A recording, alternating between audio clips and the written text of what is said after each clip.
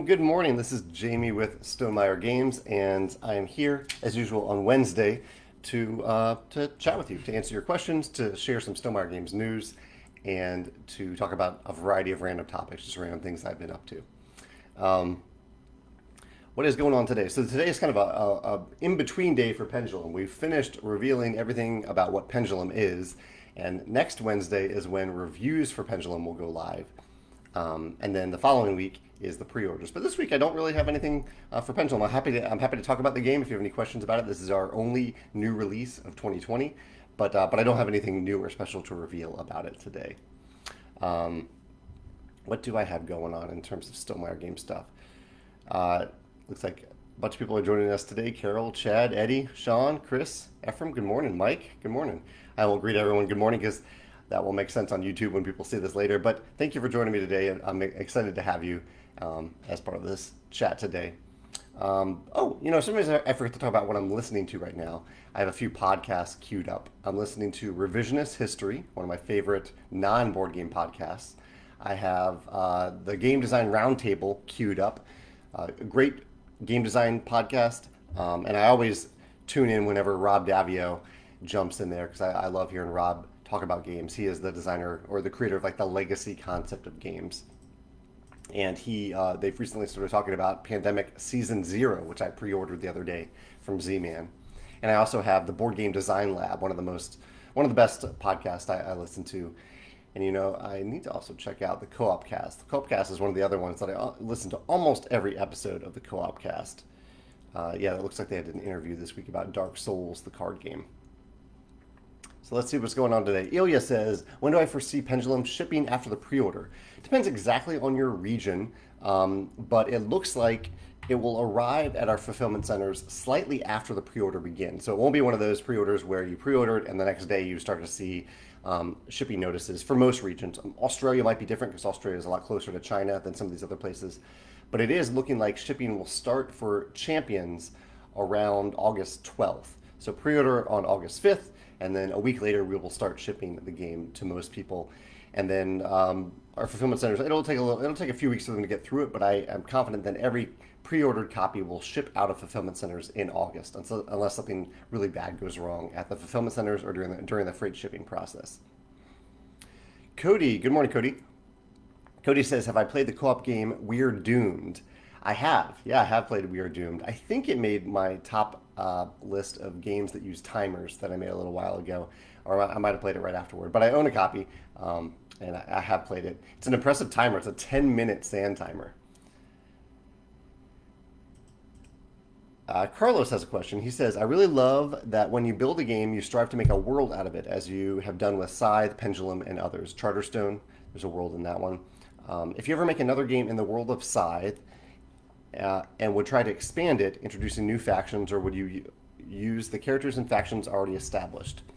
Yeah, if I were to make another game in the world of Scythe, it would be a completely different game. It wouldn't be a game similar to what Scythe currently is.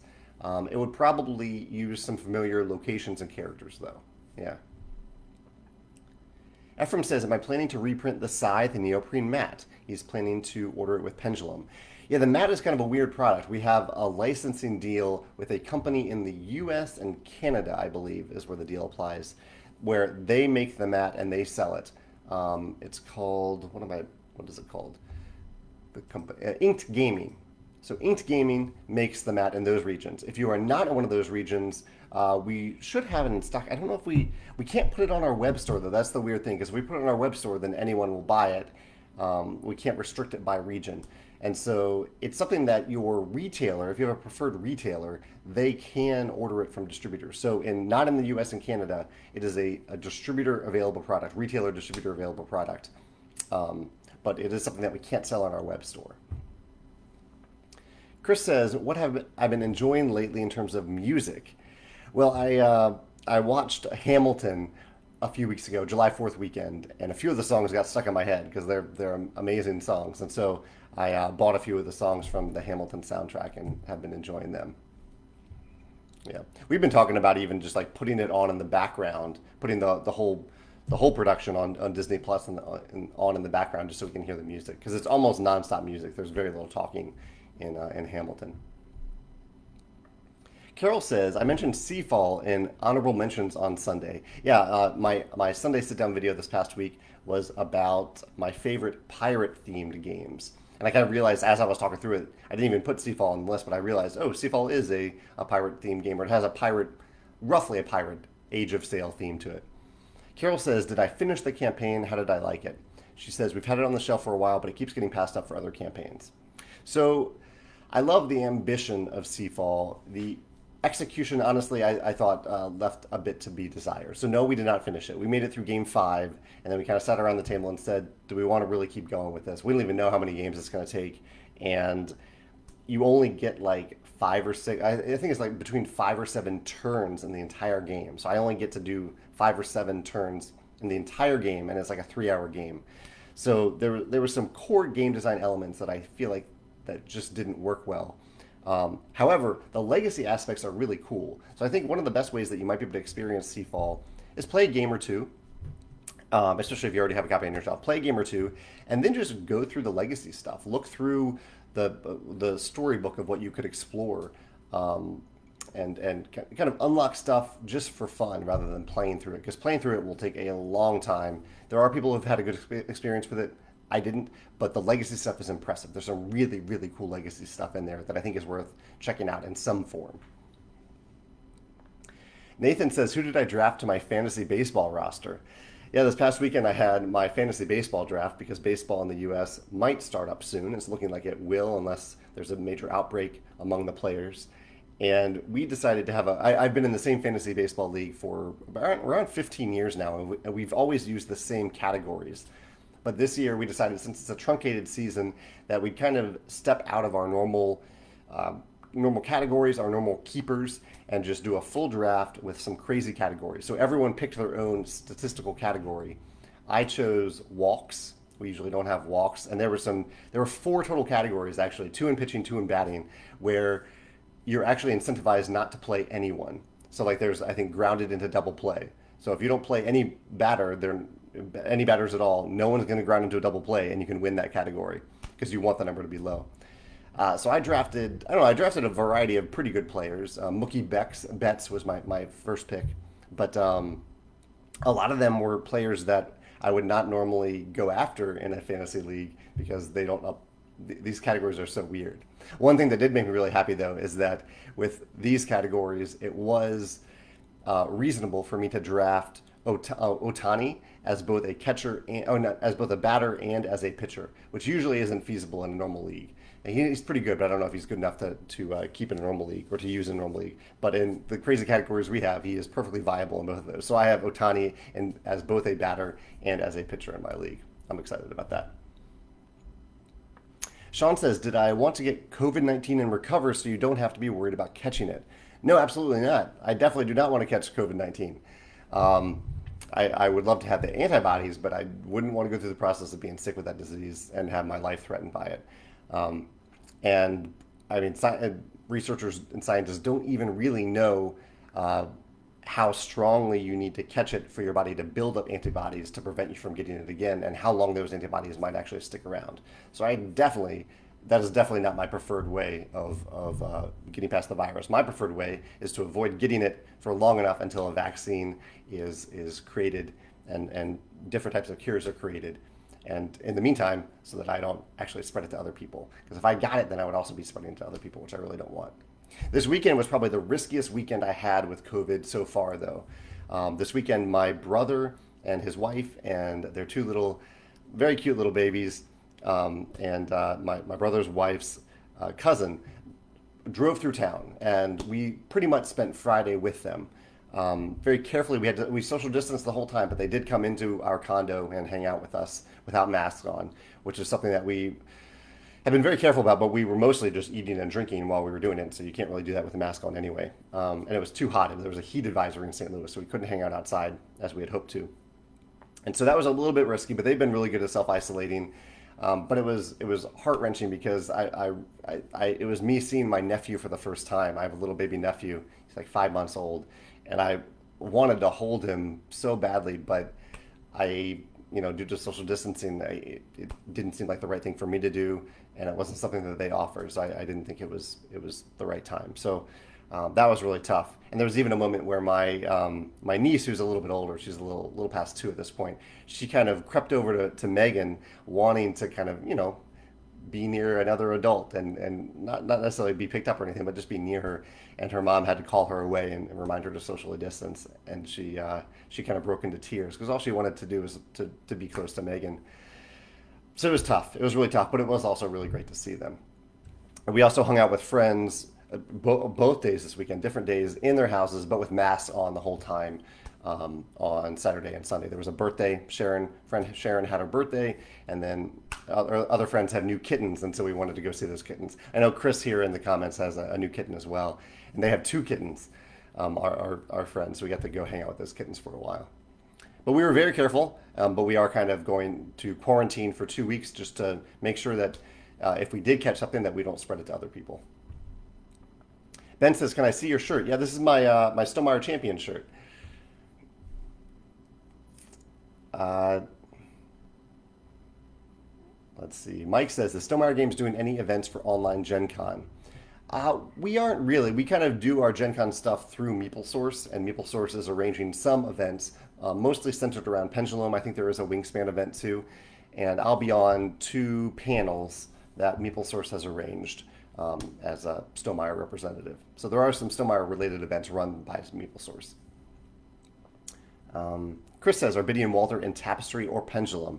Someone asked about this about Pendulum. I need to find it. I don't think they are in Pendulum, but maybe we snuck them in. I don't remember talking to the artist about it. Biddy and Walter are definitely in Tapestry. I believe they're on the Marriage of State Tapestry card. I think that's where they are. And they might even be hidden on one of the terrain tiles, the territory tiles. Jazz says, "Okay, with so much buzz you give on Tzolk'in, I'm excited that my copy is coming in today. What do you think of the new Taskini game, Tekhenu?" Taskini is a weird one for me because I love Tzolk'in so much. I think it's a brilliant design. It's a heavier game that to me is very intuitive. Like every time I play, I don't feel like there's a lot that I need to remember or look up in the rulebook. In fact, I don't think there's really anything I need to look up in the rulebook, but I have played it a lot of times. I didn't feel that same way about Teotihuacan, but I do need to play it again. But even after the one play, I was like, I barely understand what I just did, and there's no way I'm going to remember all this stuff the next time. And Tekhenu kind of looks like that to me. It looks like more complicated, a lot of little things to remember. I want to try it though because I love Tzolk'in so much. I'm willing to give any Taskini game a try. But I think you're going to love Tzolk'in. It's a brilliant, brilliant game. Let's see what else is going on here. Some recent blog entries I did. I posted a progress report about our declaration of action in regards to Black, Indigenous, and people of color. This was last Thursday that I posted this blog post. So if you want to see what we've done so far to follow up on what we said we were going to do, you can check out that report. I think we've made good progress, but there's in terms of like what we said we were going to do, there's a much bigger world out there of people who are acting hopefully in good ways to move forward and move forward the movement for Black, Indigenous, and people of color. But you can see what we are doing and what we've done so far at Stonemaier Games on that report. What was my blog post this past Monday? Oh, this past Monday was kind of a hodgepodge of different links. That was Monday's blog post. In games that I played recently, I played Caylus on Board Game Arena last Thursday, and then I played Rallyman GT on Wednesday. I did a video about Caylus that went live yesterday, and I have a video that I rarely do this. I rarely talk about games that I haven't played, but you might start to see a little bit more about that on my channel, due to the pandemic and me being a little bit limited as to what I can play, in terms of new games. But last week, someone named Tiago, who showed up in the comments here and on my YouTube channel, mentioned a game called Ghost of Tsushima. It's a video game on PlayStation 4. I don't own a PlayStation 4, but I was fascinated by what he said. So I watched a bunch of videos about it, and I am enamored by this game. Such a beautiful game. It's a video game. That's what I'm getting at. It's a video game. So I don't typically play video games.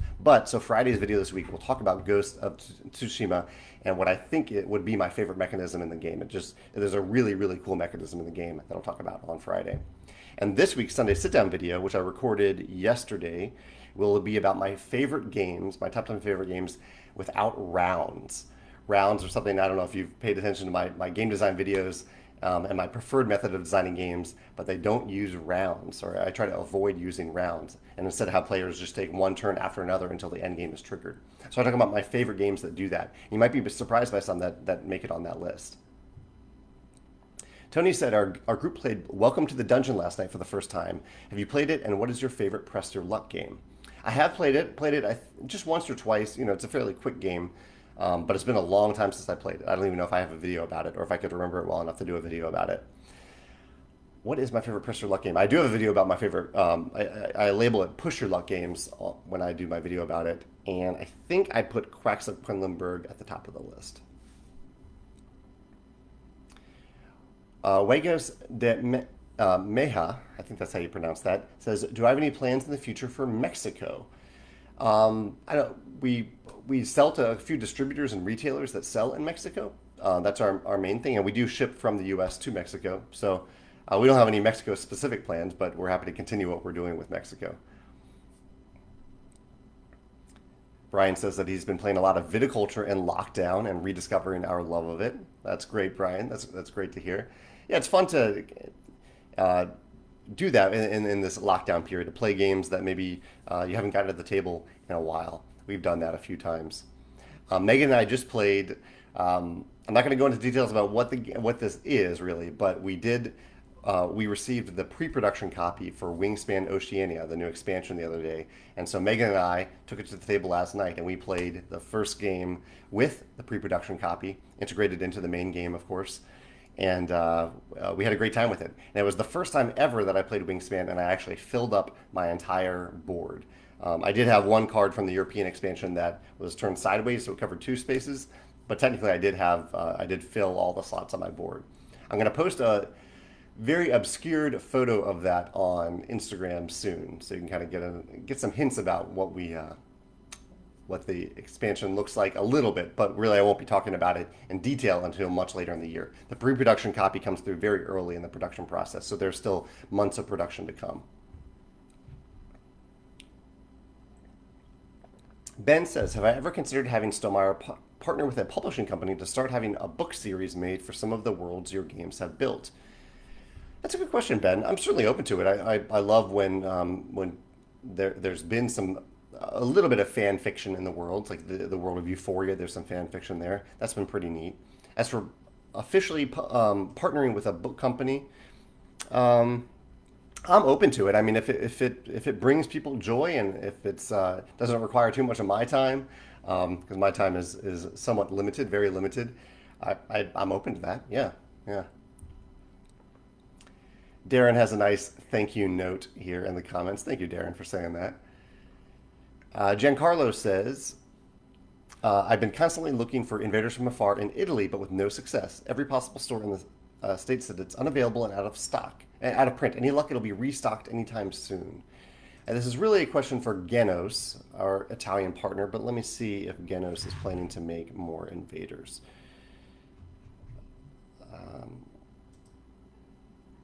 I don't see it right off the bat, but maybe I'm missing something. Yes, they are. They are making more of it. So by the holiday season, they should have more of it. Oh, Chris says the Hamilton soundtrack is available for free for Amazon Prime members. I am an Amazon Prime member. That's excellent. Cody's doing a great job linking to the various videos. Again, he just linked to the pirate-themed games that I talked about this past week. Tim played Wingspan for the first time. Cody says, what's the most frequently asked question when you tell people outside of the hobby that you're a game designer publisher? Are you able to predict follow-up questions because they're similar every time? I kind of have a bubble of people that I talk to in certain ways, and most of those people know what I do or have a rough idea of what I do. Someone actually the other day did jokingly tell their son. So their son was talking about, I don't know, it's a little boy. He made a wish, and he said, if I had a wish, I would wish that I could just play games every day. And his mom said, oh, that's what Jamie does every day. And I was like, well, I don't just sit around playing games all day. So that is, I don't know if that's exactly a question, but that is maybe a slight misconception that what game designers and publishers do is just sit around and play games all day. Um, that would get it actually might get old after a while. I love playing games, but I wouldn't want to constantly play them. One of the reasons I'm in this business is that I love also creating the games, not just playing them. So that's a little thing that I've heard come up from time to time. Ben says, how do I avoid a game being solvable? Like every card has a value, and if you study, you can figure out the end result fairly early in a playthrough. In a random shuffle, all that's needed are what steps do you take. Um, I don't know. It's a big question, and it really depends on the game itself. But part of it is factoring in what other players do. Part of it is factoring in the variability and random elements, maybe even elements of luck. But like a game like Blockus, right? Blockus is a game where you have complete control over what you do on your turn, complete agency. Um, but there are lots of interactions with the other players. There's no randomness or variability, but it's not solvable because of what the other players will do. They might do very different things every time they play. And so Blockus is a game that on the surface looks like it could be solvable because there's no variability at all, but because of what other players are doing, that has an impact on it. So I think those two factors, other players and variability, elements of randomness and variability, can prevent a game from being solvable.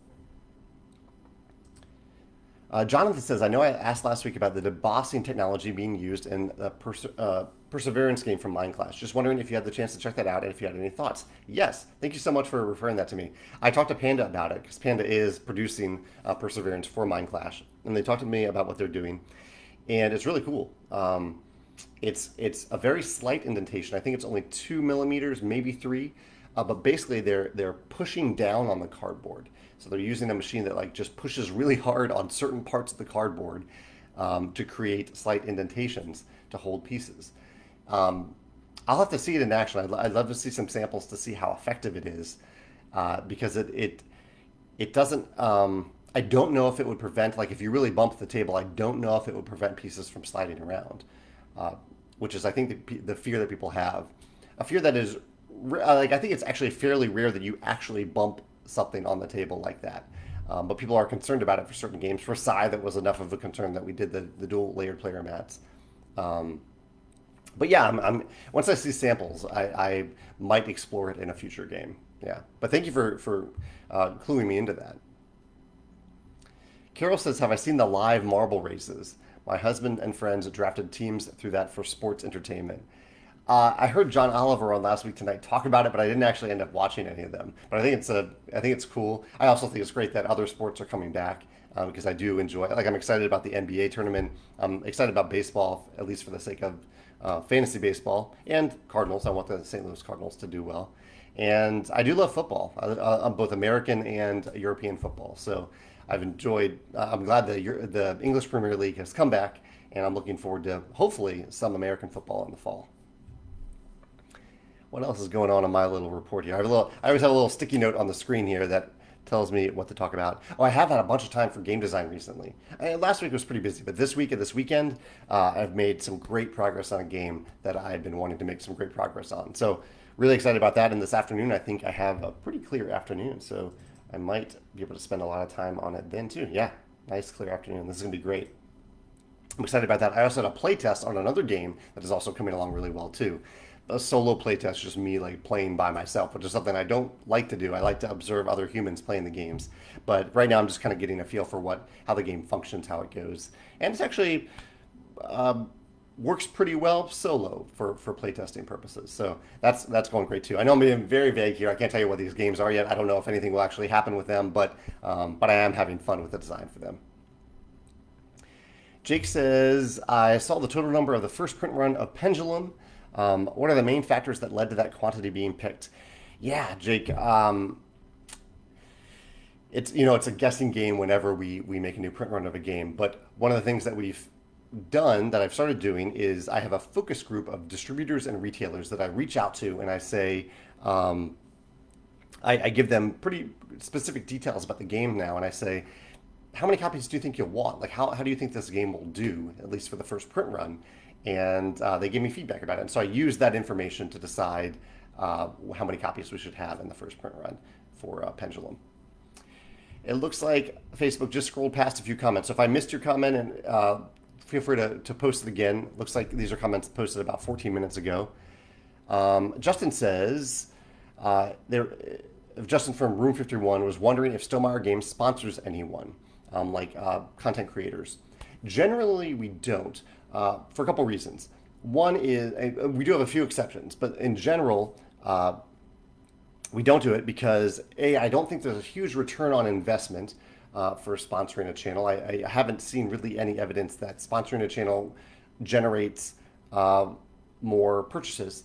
And one of the other factors is, what was the other factor? The main factor. So that ROI is a big part of it, the return on investment. What was the other factor? I'm blanking right now, Justin. There is another reason that we don't sponsor anyone. Oh, yes. We don't sponsor. We try to avoid sponsoring people that share their opinions because I don't want it to come across that we are that their opinions about our products in any way will be influenced by the sponsorship. So those are the main two reasons. Oregon says, I've speculated that tabletop game sales might increase as a result of COVID, the lockdowns, and the rise of digital tabletop. Have I started to see any data confirming your speculation? Have you heard any comments by other publishers either agreeing or differing with your speculation? And I also skipped Yoa's question. Let me jump. Yoa, let me answer this because I think Facebook's going to scroll past this real quick. He says he's backing the Kickstarter game Mantis Falls. It's a social deduction game for 2 to 3 players. Have I heard about it? I know you like social deduction games. I like some. Deduction isn't a huge category for me, but I do enjoy some of them. But I appreciate you letting me know about that. I'll check it out on Kickstarter. Oregon, the main thing that I've seen, strictly in terms of data, is I have seen our direct sales go up. People are buying a lot more games directly from us. That has changed since that was most of the case for like the first 2 months, and then game stores started doing curbside pickup, and which is great. I'm glad they did that, and we've seen sales go down a little bit, but it's still much higher than normal periods. As for other publishers, I think a few of them confirmed similar effects on the blog posts that I've written about it, where they said they've seen similar things. Looks like James Hudson's here in the comments here. James, I don't know, have you seen direct sales go up for Druid City games during the pandemic? Okay, Adrian says, any Pendulum release nerves or jitters? I'm always nervous before we release a game. I mean, we put a lot into our games, and I think anything that you're passionate about and that you love and that you're sharing with the world, I think it's natural for me or you to be a little nervous about that. So I'm certainly nervous about how it will be received by reviewers and by the masses of people who hopefully will pre-order it in a few weeks. But yeah, I'm a little nervous about it. John says, have I considered selling your games to India, Mexico, and Indonesia, growing young nations? Yeah, we currently do. Yeah, definitely. We sell our games worldwide, both through localization partners and from our fulfillment centers worldwide. John says, what was your favorite game that you played recently that needs more buzz? My favorite game that I played recently that needs more buzz. That I played recently. The games I played recently have been fairly limited to Board Game Arena. A game that needs more buzz. That's a good question. Okay, Libertalia. I have rediscovered Libertalia on Board Game Arena, and I think it's a fantastic game. I highly recommend it. That game could use more buzz. Timo Tep says, what's my favorite coffee shop to go to game that you and Megan enjoy? Well, we only have one game cafe in St. Louis, and that is Pieces Bar and Board Game Cafe, or Board Game Bar and Cafe, called Pieces. That's the main name, and it is fantastic. We really enjoy that place.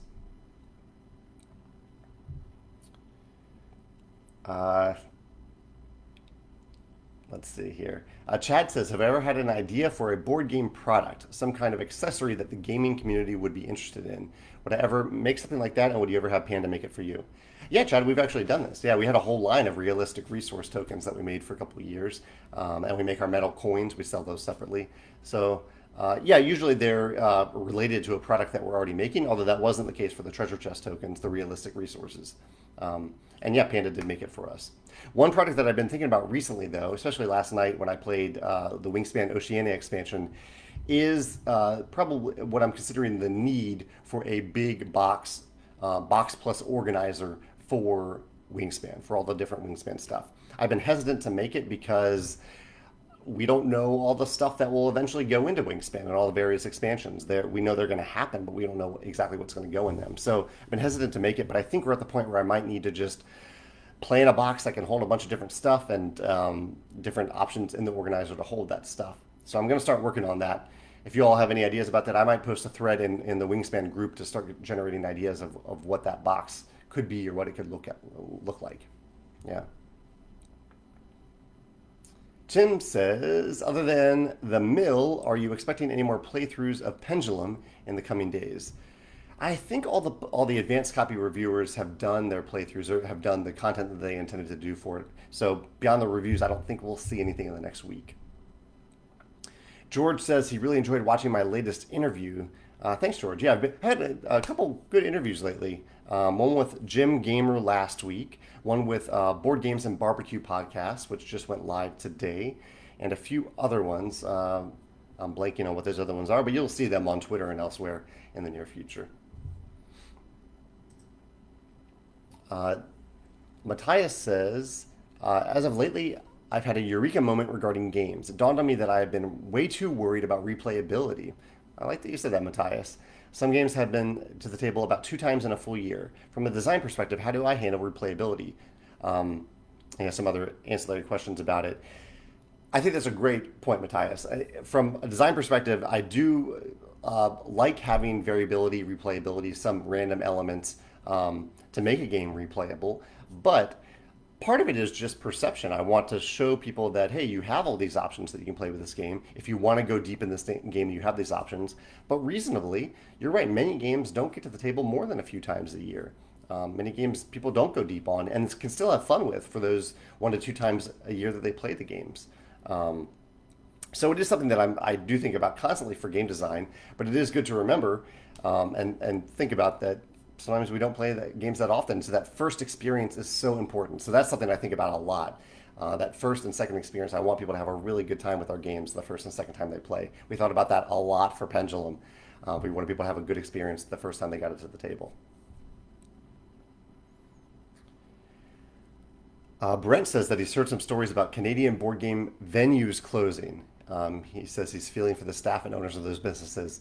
Absolutely, yeah. I haven't heard those in particular, but I imagine, yeah, that some game stores will be closing. A lot of stores in general are going to be closing during the pandemic, especially, unfortunately, probably some of the better game stores that are good at bringing people to the store. That is so tough right now to do. But I wonder if people are going to get more and more used to wearing masks, because masks really can make a huge difference. And it is possible to play a game with other people, wash your hands before and after, but wear a mask while you're doing so, and have a pretty safe experience. So I wonder if that will become the new norm for a little while and help some of these businesses survive. Let's see. Sam says, we had a crazy game of Tapestry last night where I ended up with 4 civilization mats. From your experience, what was the highest number of civilizations someone ended up with? And plays that I've had, 2. But I've heard one person got 5 civilizations one time. And you might even hear some other stories here. Because there are some people, George has played Tapestry quite a few times, who's in the comments here. He may have gotten more. But I've heard 5 being the highest number. Looks like Cody even found the Easter eggs of my cats in Tapestry. He posted a photo of the card here. Carlos says, what do I think is more important for a board game? Overall rating or total number of owners? Yeah, that's a good question. I kind of talked about this in the video a little bit that I did this week, because some of the best-selling games of all time don't have rounds, but some of the best-rated games of all time do have rounds. Ideally, I think it would be a mix of the two. The only thing that I use ratings for really is it's one way of gauging if people are enjoying your game, and that's the whole point of what I do. I'm trying to create bring joy to tabletops worldwide. So the ratings are important. I want people to show that they're having fun with the game. So if a game has a ton of sales, but no one's really enjoying it or seem to be enjoying it, I don't even know how that would be a possibility, but it could happen.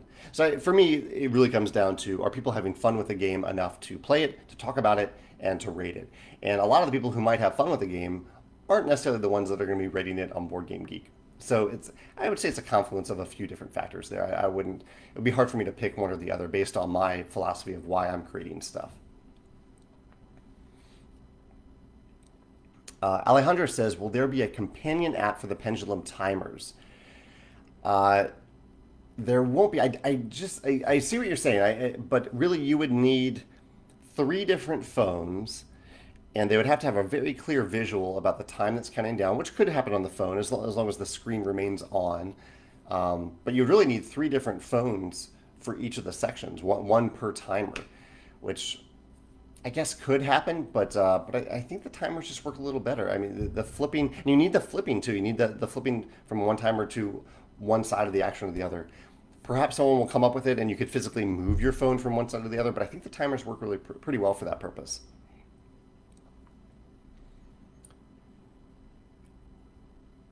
Let's see. Brenda says she's missing regular gaming and I'm deciding to try some solo play. She really loves Scythe. She's had Rise of Fenris for almost 2 years and it's gone unplayed.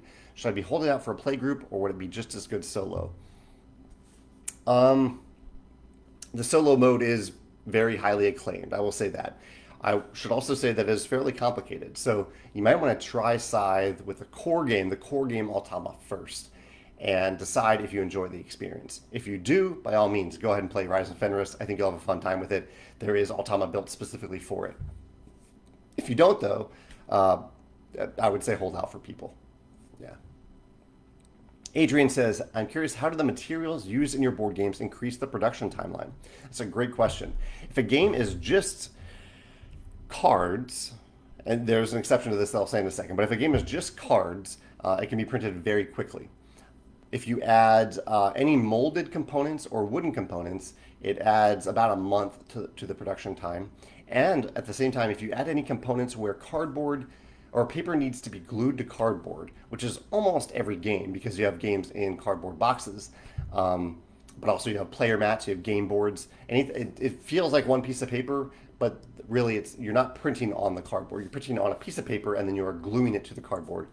That needs time to dry, and quite a bit of time to dry so that it not only dries, but it doesn't warp, it doesn't bend, you don't have bubbles in between the paper and the cardboard. And so that adds quite a bit of production time too, almost a month as well. But you can do that simultaneously with the molded components that you're producing. Hilda has some nice comments about Charterstone. I'm glad you're having fun with that, Hilda. Andrew says, any more thought put into a deck builder and the possibility of it being set in the 1920 plus universe?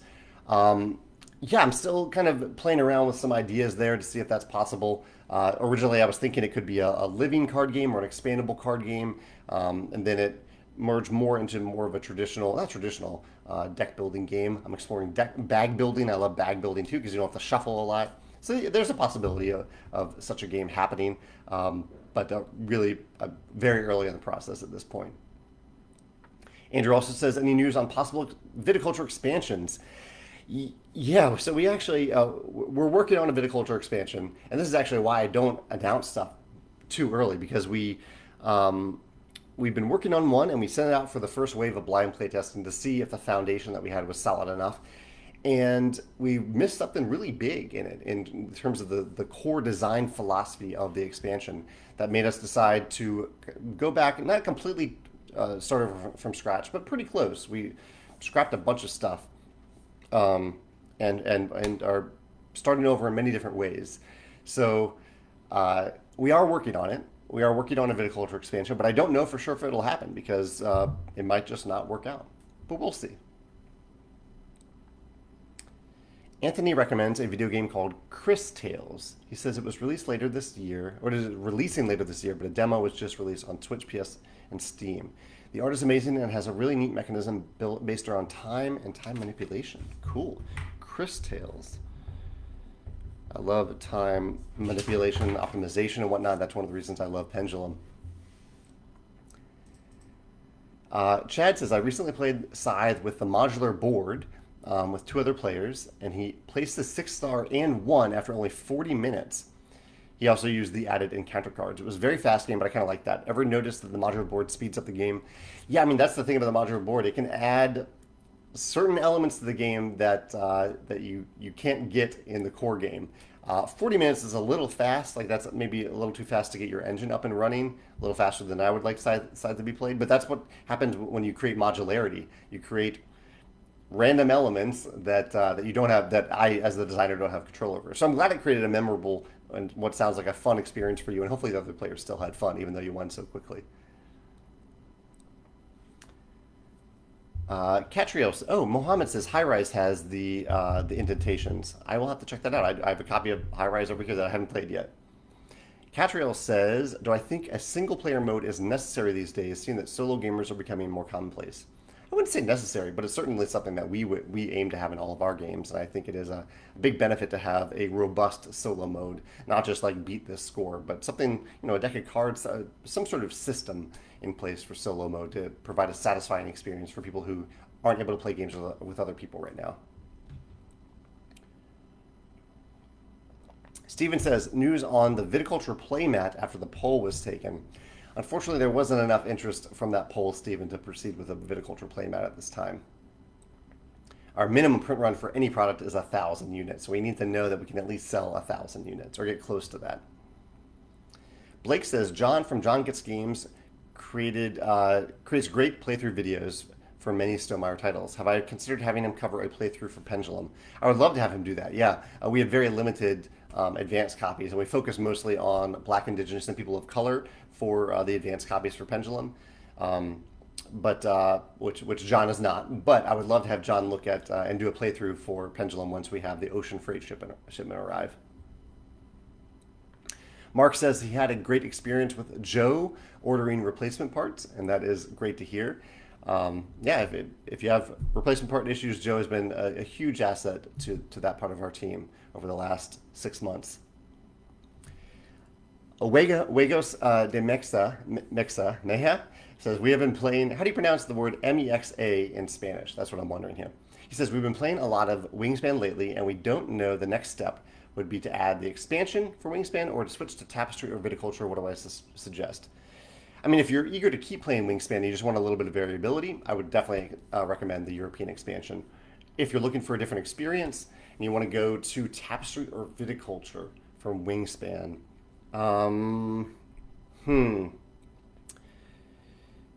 that's hard to say. I mean, I think it has to depend on your mood. I would go with a theme there. If you're more interested in building a civilization or more interested in running a vineyard, I would go thematically. Yeah. Alexis says he just recently participated in Protospiel Online, which he says was great, and he got opportunities to pitch his design. Any general advice on how to pitch a game? Like, what do I think is the most important thing publishers are looking for from a pitch? I would focus on the hooks. So pick 3 things about your game that are really unique and different and special and fun, and highlight those 3 things so the publisher can walk away with those 3 things on their mind. Even if you have more than 3, just focus on 3. Give them something that they can easily remember. And also, I think it's super helpful if you're going to pitch to show the publisher how the game plays. Play through a turn or 2. That will stick much more in their head than you just talking about what the game is as a concept. So those are the 2 main things. That's what I recommend.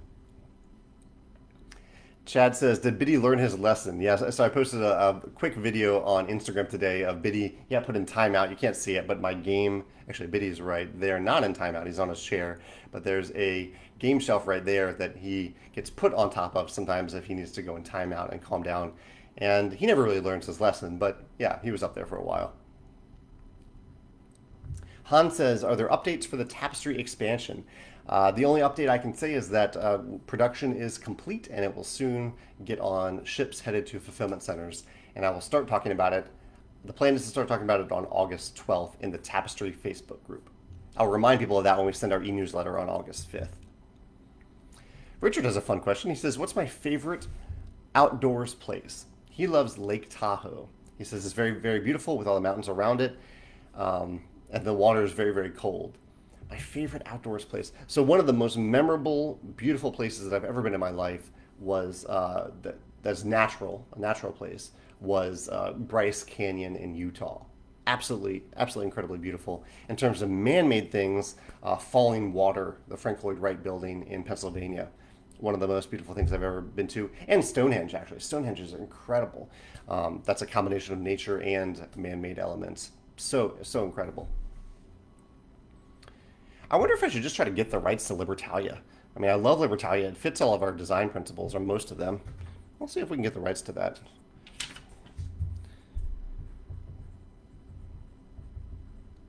I love that game. I don't. I wonder if there's enough interest to get it reprinted again, but yeah, we'll see. Uh, Tony recommends calling the Wingspan Big Box the Big Nest. AC says, if I were to rename Between Two Cities as a one-word title, what would you go with? I don't know. I mean, we debated a bunch of names. I've forgotten all the different names that we debated, and we settled upon Between Two Cities. But most of our games do have just one-word names. Between Two Cities, if it could be one name. Um, I don't know. I don't. I'm sure we came up with some good one-word names, but we decided that Between Two Cities was a better name for the game. If you have any ideas, let me know, AC. John says, what's the lowest retail price point Stonemaier Games can sell any game for, i.e. the most affordable game from Stonemaier Games? Our lowest priced game is Between Two Cities, actually, at $35. Robert says, has the price of Pendulum been spoiled? I think it has been spoiled, but not by me. I won't be revealing that until early August. Lars says, do I believe that one of Pendulum's strengths is that it demos very well on video? I'm glad to hear that you think it demos well on video. Are there weaknesses, strengths of a given game design that you take into account when you when you work through the promotional plan for the game? That's a great question, Lars. Like how does the game focus on camera? Actually, okay, so I'll think of one random little example here. When we announced and came out with My Little Scythe, I was a little worried that reviewers were going to talk about it as a kids game, which is completely in their right to call it a kids game if they want. But I really emphasized when I was talking to reviewers about it, when I sent it to them, I said I called it a family game, as I believe it is. I don't think My Little Scythe is a game just for kids. I think it's a game for families, for adults and kids to often play together. And so I really emphasized that. One reviewer in particular did not like that I emphasized that. He kind of wrote back and said, I'll call it whatever I want. You can't tell me what to call the game. I appreciate that sentiment. I wasn't telling him, I wasn't putting words in his mouth, but I was just emphasizing the point that that we call it a family game and not a kids game. So that's one thing that I kind of thought about for that game. And so I do think about how reviewers are going to talk about the games, but I try to be very careful about not influencing what they say. But I am clear about the language that I communicate to them, so that if they want to use those same words when talking about the game, that they can do so. Dylan says, we just got the Merchants of the Sea expansion for Terra Mystica, and we're excited to try it out. Have I played it again recently? What's my favorite thing about the expansion? I have not played it in a while, actually. And, as you know, I have a video about it, but it's been a while since I played it. What's my favorite thing about the expansion? It's been a while since I played it, Dylan, so I'm not quite sure I can remember. But I think I really enjoyed the element that Terra Mystica, I love the game. This is not a knock on the game at all, but it's static. Once you choose a place and you can expand, but you're not ever there isn't a lot of life on the board itself because there's no movement on it. You're not moving around. You're just expanding, moving outward, expanding outward. And so I love that the ships kind of brought the board to life a little bit. The merchant ships. I thought that was pretty cool. Brent says, with all the recent announcements about Feld games, is there a game of his that you enjoy the most? What is my favorite Stefan Feld game? Probably, what is my favorite? Probably Castles of Burgundy, I would say is my favorite Feld.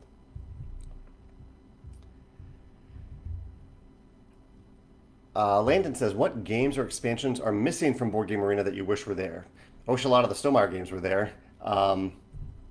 I pretty much, honestly, any game that I enjoy playing, I wish was there. Because I've really enjoyed the format during the pandemic, or I've enjoyed that platform during the pandemic. So I would be happy if every game were on Board Game Arena. John says, may I ask what you mean by rounds versus roundless games? So a round in a game is where All players simultaneously have to do something together, often to reset things, to gain income, to gain upkeep. An example of a round is like in Terra Mystica. You play turns until all players pass, and then that is the end of the round. At which point you do a few little upkeep things, you gain some income, and then you enter the new round. Usually in games with rounds, there's a set number of rounds. Not always the case, but often the case. And so a game that doesn't have rounds is when you simply take one turn after another. So imagine a Terra Mystica. If there were no rounds, instead I just took turn after turn after turn until the end game was triggered. And those turns were never broken by the artificial construct of rounds. For example, in Scythe that doesn't use rounds. In Scythe, I take a turn, you take a turn, next player takes a turn until the end game is triggered. George says he had 6 civilizations once in a game with the Inventors as his initial starting civilization. 6. That might be a new record, George. Yoa says, what is my opinion regarding the latest Kennerspiel and Spiel des Jahres? I know nothing about the winner of the Spiel, but and I haven't played the crew. I was guessing that the crew was going to win, and they did. I kind of wish Cartographers had won because I love Cartographers so much, but the crew sounds like a really innovative game, and I'm excited to try it. Although now I know it's going to be even harder to get. I've been waiting for Gabi to come back in stock, but it hasn't. Thomas says, when designing a game, how often do you use statistics or chance calculations? I recently began using statistics for balancing, and the results have been superb. I use spreadsheets to calculate values and things like that, but most of the stats element goes into our data analyst stage of analyzing playtest data, which is something that we have someone do. It's not my expertise. But I think it's important in all those stats, because I've ran into this in past designs, it's important that how players perceive and feel about things in the game is just as important as what the numbers say. So even if the numbers say one thing, but players don't feel that something is fair or don't feel that something is balanced, that I would say is even more important than the actual numbers. So don't get too lost in the stats. Make sure you're also paying attention to how other players feel and have fun and frustration in different elements of your game. Jason says, in terms of marketing your games, has there been a channel, whether it's a website, social handle, ad platform, that has given you a surprisingly low-cost, high-reward bump in getting the word out about your games? Marketing is a big picture. So I think you're talking about specifically about advertising, which is a very narrow part of marketing. When I think about marketing, I think about relationships. I think about connecting with people. And I do that by mostly on things like this, on Facebook, on our website, which is a WordPress platform, and via our e-newsletter, which e-newsletter is probably just a one-way platform. That is maybe a great example of that relationship-driven marketing. But I love the relationship-driven marketing, so any platform that enables that. And I would say the e-newsletter is the most important for getting information out there to people when you need them to have that information. You're talking specifically about ads, Jason, and ads, for me, Board Game Geek has been the most successful ad platform for our various pre-order and Kickstarter campaigns in the past. Yeah. Brent says, there's a nice comment from Yo here, but I'm going to skip down to just the questions here since we're running out of time in a second. Brent says, Brent has repeated the question about Feld. Yeah, if I missed your question, feel free to repeat it. Catriel says, I love the concept of virtual games, board games, because of our current pandemic situation, but the actual gameplay is more frustrating than anything. Is there a way for a person to play a board game with actual pieces but allow players to be in various places away from one another?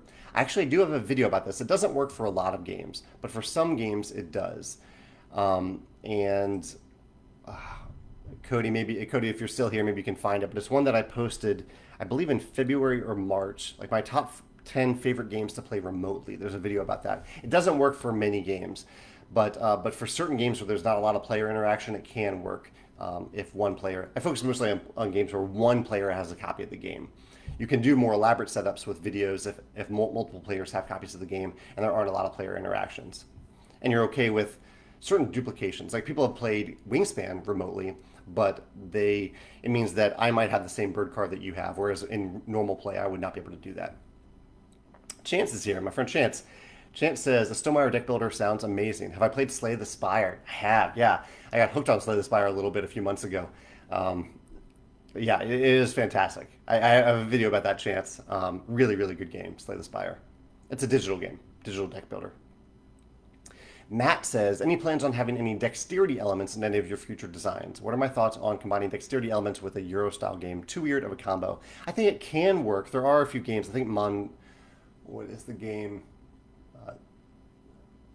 There's a game that does it a little bit. But I think the best way to do it, if I can throw out one recommendation, is to do it in a game where you have asymmetric factions or civilizations, for example. Like, I could do it in Tapestry. I could have a civilization that focuses on dexterity elements, and it's just for that civilization. And because you have a choice in Tapestry as to which civ you pick, if you're not in the dexterity, you could just not pick it. If you're into it, you could pick that civilization. So you give players the option of having it in an otherwise Euro game, but they aren't forced into doing it. I'm sure there are some good, solid Euro dexterity games out there. There's one that I can't think of that I know is pretty good.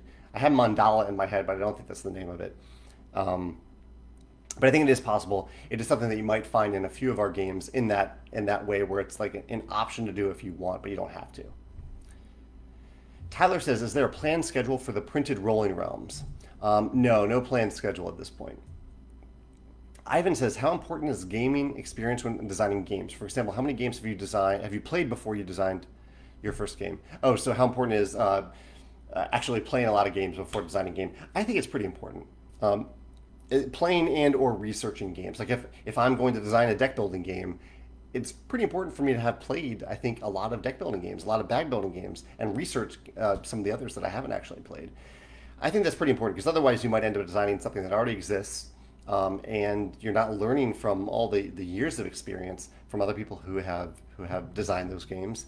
And like when I play games, oftentimes I go into a game thinking, okay, this is where I'm going to have fun in this game, and that element maybe ends up not being fun, but I have a really great time discovering some other element of the game that is really clever. I can't do that unless I actually play the game, and I learned so much from doing that as a designer. That's why I play a lot of games, or one of the reasons why I play a lot of games, and one of the reasons why I analyze them on my YouTube channel to go through and find what was the most fun, what did I have the most fun doing, so that I can maybe learn from that and use it in my own designs.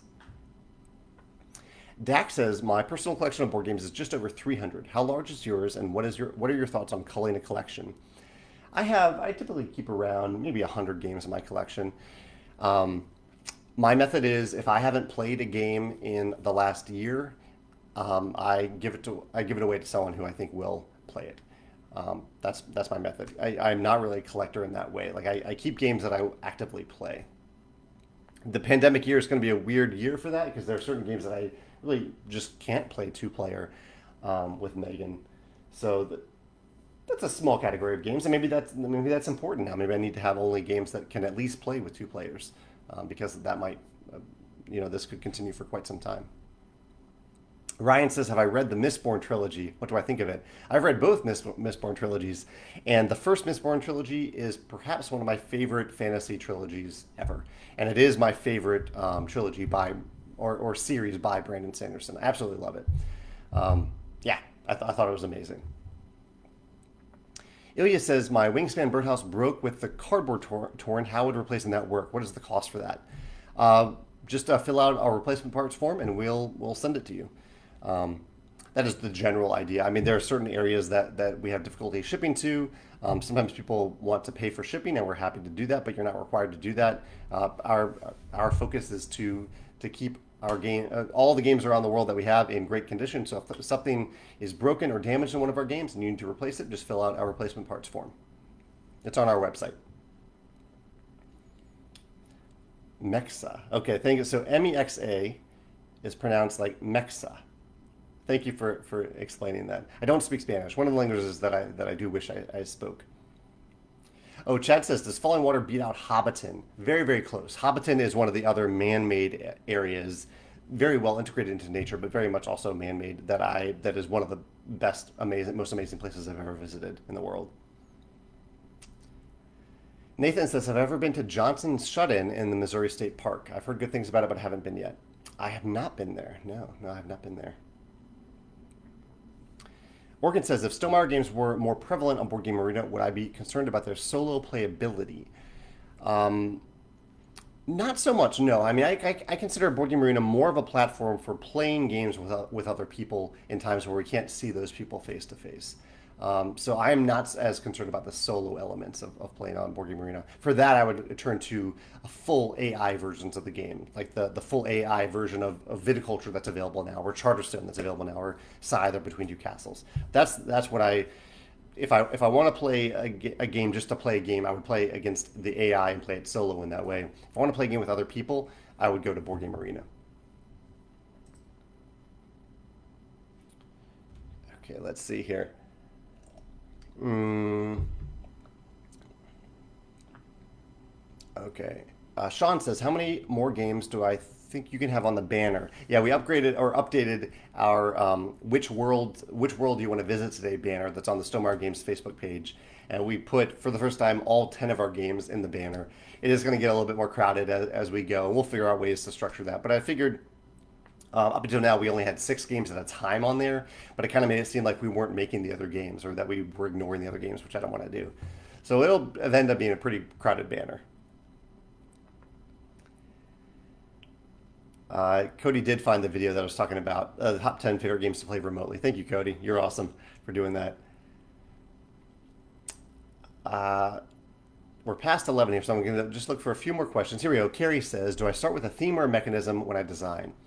Um, and she says, are any of your games ever have a complete theme overhaul, but the mechanisms were kept? That's pretty rare because usually, whether I have a theme or a mechanical idea to start out with, right away in the brainstorming process, I start mixing the two together. I look for themes or thematic ideas that match the mechanisms and mechanisms that match the themes. So pretty early on, I have a good idea of what the theme is, and I design around that theme, even if it wasn't the very origin point of the game. And so it's exceptionally rare that I change the theme later. Yeah. In fact, I can't even think of any instances of any of my games that I've been able to do that because the theme it's built from the theme up from the beginning.